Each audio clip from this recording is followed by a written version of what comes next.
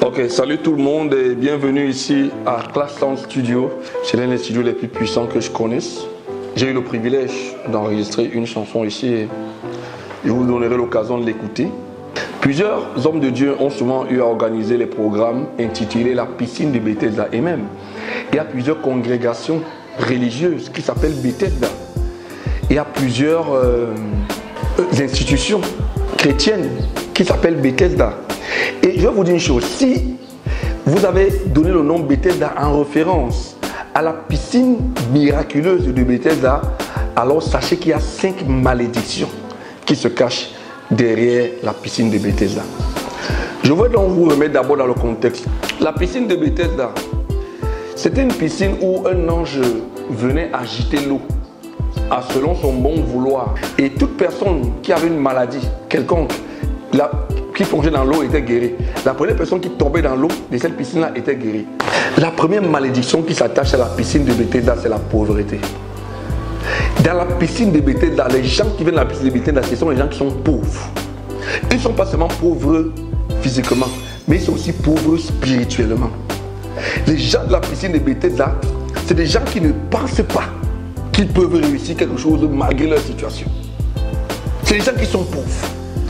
Ils sont pauvres matériellement d'abord, parce qu'ils ne peuvent pas aller se soigner. Et la dernière énergie qu'ils ont, c'est venir se mettre là à la piscine en attendant que l'ange agite l'eau. La piscine de Bethesda attire les pauvres. Lorsqu'on est pauvre, ça ne veut pas dire qu'on n'a rien. Le simple fait que vous soyez pauvre et que vous ayez quelque chose démontre que vous pouvez faire autre chose que de venir vous asseoir là à la piscine et attendre qu'un miracle se passe. Quand vous êtes dans un endroit qui s'appelle Bethesda, méfiez-vous. Regardez bien s'il n'y a pas ce genre de malédiction ou c'est un esprit de pauvreté qui anime les gens qui sont là. À Bethesda, il n'y a pas de communion. Et la communion est totalement impossible. Pourquoi? Parce que c'est un esprit d'individualisme qui anime les gens qui viennent à Bethesda. Chacun attend seulement que l'ange va secouer l'eau. Et personne ne peut jamais être content que son voisin tombe à sa place. Quand l'eau s'agite, il va même couler même celui qui est à côté pour tomber. C'est un endroit où il n'y a pas de communion. C'est un endroit où on s'en fiche si quelqu'un a des problèmes. C'est-à-dire que je peux, à la piscine de Bethesda, il y a quelqu'un qui a mal au doigt, qui n'arrive pas là à l'hôpital, il vient là. Il a mal au doigt. L'autre n'arrive même pas à marcher, il vient là. Quand l'ange vient ajouter, le gars qui a mal au doigt, il s'en fout que non, l'autre a un problème plus grand. Il n'y a pas la communion à Bethesda. Personne ne regarde l'autre. Chacun est dans l'égoïsme, un égoïsme diabolique. Ah, quand je parle comme ça, des fois, vous êtes en train de regarder le milieu dans lequel vous êtes. Méfiez-vous. Dans les milieux dans lesquels vous êtes, si les gens sont comme ça, c'est une malédiction qui va agir. La troisième malédiction qui s'attache à la piscine de Bethesda, c'est que les gens qui sont dans la piscine de Bethesda sont les gens aigris. Une personne aigrie ne peut jamais se réjouir qu'il y ait un bien qui s'est passé quelque part. La personne aigrie, il est toujours en train de se plaindre. Quand Jésus est arrivé, il a vu l'infirme qui était au bord de la piscine. Il lui a posé une question simple. Est-ce que tu vas être guéri? Le gars a commencé à raconter ses problèmes. Oh, j'ai les problèmes. Oh, j'ai les problèmes. Oh, j'ai les problèmes. Et vous allez voir, les gens qui ont gagné les programmes de piscine de Bethesda, ils vont vous dire tous les problèmes que vous avez. Même les problèmes que vous n'avez pas. Vous avez tel problème, tel. Tous les problèmes, venez voir, on va résoudre. C'est pour activer une malédiction d'aigreur dans votre vie. À force de regarder que vous avez trop de problèmes, vous devenez aigri et vous ne pouvez même pas voir la solution qui est devant vous. On pose la question au vieil homme. Jésus vient à côté de la piscine de Bethesda. Qu'est-ce que tu veux? Depuis que je suis ici, il n'y a personne pour me jeter dans l'eau. Personne. Il commence à raconter ses problèmes. Il y a des gens qui sont toujours comme ça, de raconter leurs problèmes. Le fait que tu racontes tes problèmes là, ça ne va pas faire en sorte que la solution vienne. Ça va seulement attirer un démon, un esprit d'aigreur, une malédiction. Et Jésus-Christ peut te sortir de là. La quatrième malédiction qui s'attache à Bethesda, c'est qu'à Bethesda, il n'y a pas la grâce de Dieu là-bas. À Bethesda, il y a seulement le souvenir de Dieu. C'est-à-dire, Dieu a créé les hommes, il a dit, c'est quand même mes enfants, de temps en temps, il a envoyé un ange là-bas qui déroute avec eux. Il n'y a pas la présence de Dieu à Bethesda. C'est pour ça que ce n'est pas un endroit où tu peux prier et tu reçois quelque chose. Jamais. Vous êtes entendu dans des endroits comme ça, non? Vous priez, Dieu ne fait rien.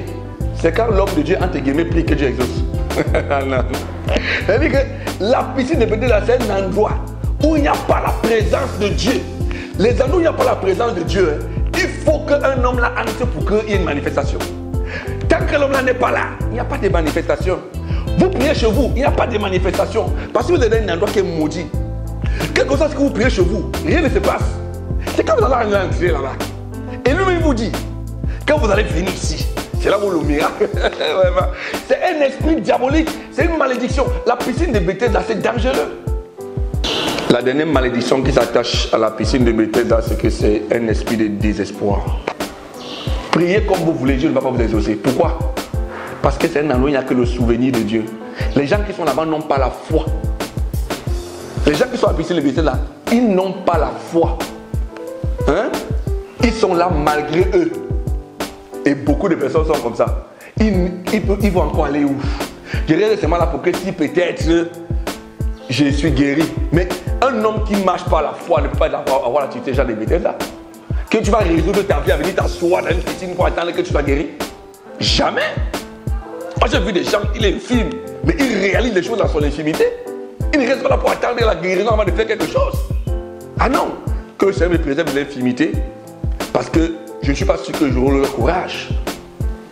On vient à l'église pour servir Dieu parce qu'on a la foi, parce qu'on a l'espoir en Jésus. Lorsque le désespoir, lorsque tu fais les choses par désespoir, parfois tu ne peux pas discerner la voix de Dieu. Tu es là par que faire. C'est pour ça qu'à la piscine de Bethesda, lorsque quelqu'un a quelque chose, il prend il ne va jamais venir voir que je vais aussi aider quelqu'un, jamais. C'est le chacun pour soi. C'est un endroit de désespoir. Les endroits de désespoir, c'est comme ça. Il y a tellement de méchanceté et là, il n'y a pas d'espoir. Une telle méchanceté, une telle cupidité que c'est comme ça. Je vais vous donner un conseil pour terminer. Ce qui donne la valeur à la piscine de Bethesda, ce n'est pas l'ange qui vient secouer la piscine là, mais c'est Jésus qui est au bord de la piscine. Tous ces mauvais esprits que vous avez cités là empêchent que vous tourniez les yeux vers Jésus qui est au bord de la piscine. Pendant que tu es aigri, tu as seulement les yeux sur toi, tu n'as pas les yeux sur Jésus-Christ qui est au bord de la piscine. Tu as marché dans tellement de choses qui t'ont gardé dans la frustration parce que tu n'as pas certaines choses dans la vie, tu n'as pas la santé, tu n'as pas le travail, tu n'as pas de femme, pas d'enfant. Tu as concentré ton énergie dans ces choses et tu es resté dans la frustration. Alors que Jésus est là à côté de ces choses pour te donner la solution. Et en mettant toute ton énergie, en voulant obtenir ces choses, tu as entraîné 5 malédictions dans ta vie. Et ces 5 malédictions peuvent tomber aujourd'hui si tu te tournes vers Jésus et tu laisses que lui-même mette sa main pour toi, sur toi, pour te délivrer. Parce que depuis que tu es là en train de croupir dans ces 5 malédictions, tes yeux sont sur les hommes, sont sur les espoirs de la terre et les choses que les hommes peuvent t'apporter. Tourne-toi vers Jésus aujourd'hui pour qu'il étende sa main sur toi et te libère de tes infirmités. Que Dieu vous bénisse.